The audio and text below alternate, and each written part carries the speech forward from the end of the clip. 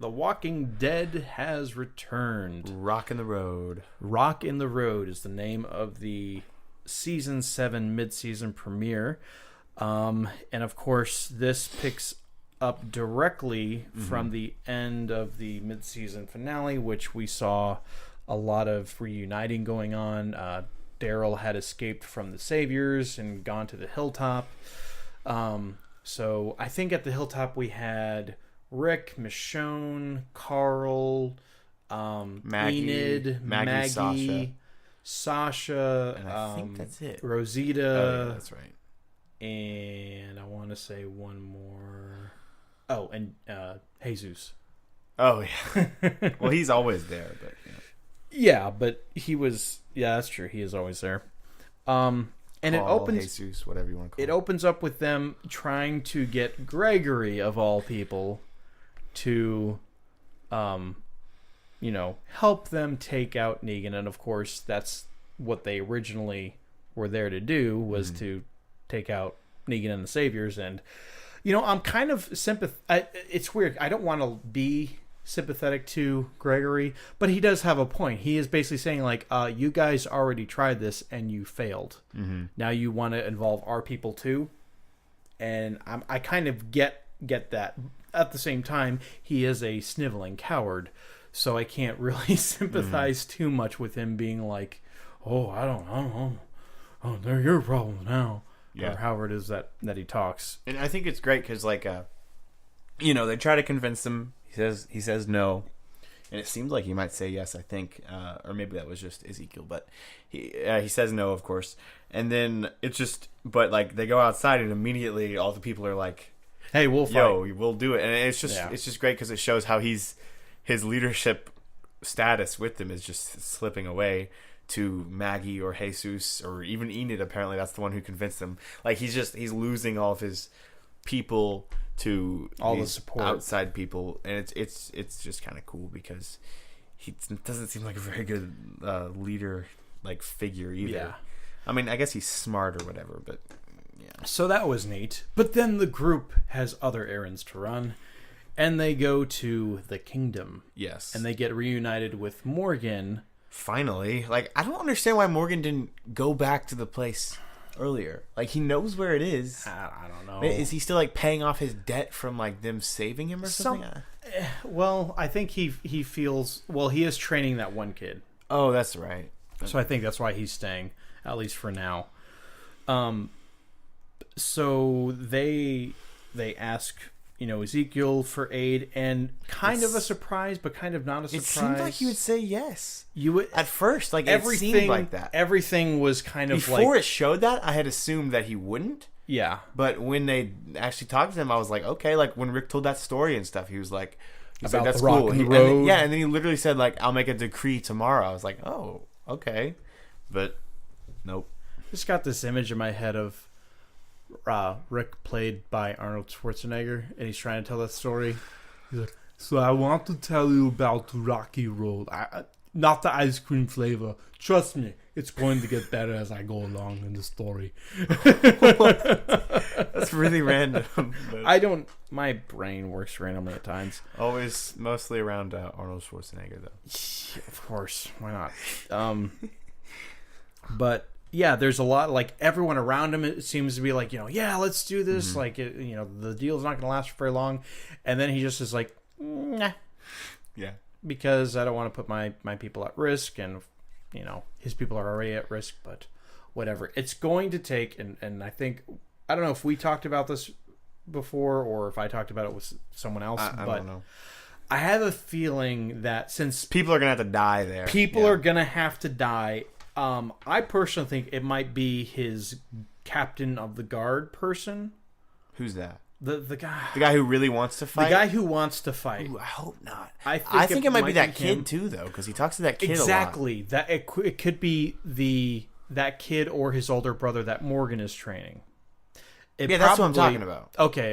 Yeah, the one that found Carol and not the little kid. That would be weird. Well, it's not. But I just mean the guy who's talking to. Plenty of children die in this series. Yeah. I'm just saying. But yeah, there hasn't been any character development for that kid, but there has been for his older brother. So, and I don't know his name, but his death would have an impact, I think, on both Morgan and Ezekiel. So that's what I'm predicting. Still waiting on Carol to do something. Yeah, really. So, and then they couldn't stay there because apparently they had to get back. Yeah, they heard the call on the walkie-talkie. Remember, Yeah, because Jesus got the walkie-talkie, and so they heard Negan saying that Daryl escaped, and so they were like, "All right, let's get back and see if he's at Alexandria." So they left Daryl at the Kingdom because that would have been stupid to take him with them. Yeah, because it's just, and that's the only place and that was genius. I was like, well, yeah, they can't leave him at the hilltop because the Saviors go to the hilltop all the time. Same thing with Alexandria. The only place you're not going to, because there's a deal, which is not going to hold up for much longer. I don't know how they got to make that deal either. Like, that's a really and that kind of doesn't make sense. I thought they like to invade the places and like turn everything upside down. Like, I don't like. There might be more to that, you know? Like, what went into to doing that? You know what? I think Negan may not know about the Kingdom. I think his guys are like doing that on the side. Really? I think so. I don't know. I feel like Negan just knows everything, but I don't know. But yeah, so and then they go on the way to get back, and like there's like bombs on a rope for some reason. Yeah, I didn't understand. There's like why. grenades and C4 and dynamite attached to basically like this giant tripwire over the highway. Was it to stop the horde of zombies coming, to blow them up or something? Yes. That wouldn't But work. Here's the other It would thing. blow up like the first wave, and then the rest. There were a ton of them. Like, don't you think that was a bit overkill because they had like all those cars also blocking the highway? Yeah. Like I didn't get that, but. Yeah, we kind of had this like tension scene where like everyone's trying to hurry up because there's a herd coming. They're trying to get the explosives because they want to use those, and we will be seeing those in the future used, and it'll be pretty good, I think. But we did have a really cool standout scene where Rick and Michonne take that tripwire set piece, and they just mow down like half of a herd just. And everyone knew it was coming, and it was gross, and it was great at the same time. Yeah, that was the standout scene of the episode. But it was a good idea. Why didn't they do that to a horde earlier? Yeah, that was a really good idea. But what I'm wondering is, how were the cables fastened to the cars? I never got a good look at that, but they must have been attached pretty securely. I mean, wasn't like barbed wire. I don't remember, but it was like a strong cable, and so like how was it attached to the cars? Yeah. But whatever. Somewhere maybe they had bumper. welding gear. Maybe. Who knows? So at that point, they get back to Alexandria in time, right on time. Literally like the second they get back. Yeah, as the Saviors are arriving, and of course it's his right hand man, Anthony. I think. Yeah, I think that's his name. Anthony. No, I think Anthony's the name of the guy at the Kingdom. No, that's Richard. Richard's the name of the guy you're talking about. That's the guy at the Kingdom. Richard. And I think maybe that dude is Anthony. I don't know. But we'll call him Anthony. That's his name now. And he shows up looking for Daryl. He's annoying. He's not like scary. He's just really annoying and creepy too. Sometimes like he almost seems like he wishes he were Negan, and that's what's annoying about him. So nothing really happened of that, of course, because Daryl's not there, but he does basically say, like, you know, even if he shows up years later, like, you better kill him first or whatever. So then they leave because they don't find anything. Yeah, you're right. And he says years later. And now we got to backpedal because at the beginning of the episode, something weird happened. The preacher man ran off. Oh, how could I forget that? Yeah. And it was so funny because while I was watching the episode, I was like, you know what? Gabriel, he's growing on me. I don't think he's doing anything wrong. You don't think so? I don't think so. It's like I'm with what they said. They said it's not like him. I've liked Gabriel for a while now. Like ever since he stopped being like a complete turd. Like I've just been like, ooh, this is gonna be cool. Like a dude walking around in a tuxedo with a machete. Like I can get behind that. Yeah. So I really hope that he does some more cool stuff. I have a feeling that's what he's doing right now. I'm just so confused. Like he left behind a note. What did it say? What did the note say? It said like boat. It just said boat, yeah. But they found that like in his notebook that he left behind. Okay, so and Rick, but how would he know about that boat in the water? Because he wasn't with Rick. So at the very end of the mid-season finale, like that last like post-credit scene, we see the guy who owned that boathouse come to Alexandria during the night. Like, you just see his boot like touch down on the ground. I didn't see that. That was something that happened. So I don't know. Maybe he talked to Gabriel. Maybe he did. Maybe Gabriel's got to bring him something, and that would make sense because they took all that stuff from his house. Yeah. Maybe he's like being blackmailed or something. I don't know. There's definitely it's definitely not something like, oh well, this just seems we're like, not supposed to know yet. Obviously, exactly. There's probably something. and apparently going there's on a ton of other people associated with this situation too, because they go to the area and then they get surrounded by these people, and that was a really cool moment though. Rick just smiles. He's just like, yeah. Why, okay, so everyone's talking about this. Why do you think he smiled at the very end? Because he sees all the guns and the people, and he says, "Oh yeah, we can fight." And I'm the same way. Like, because even and like that's kind of why the point. else?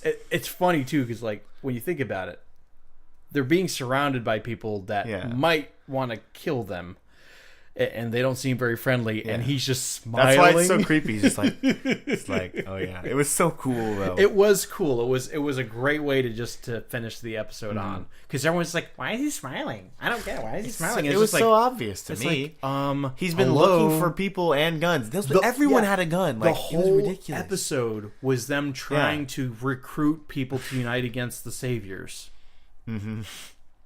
Bam, he found it.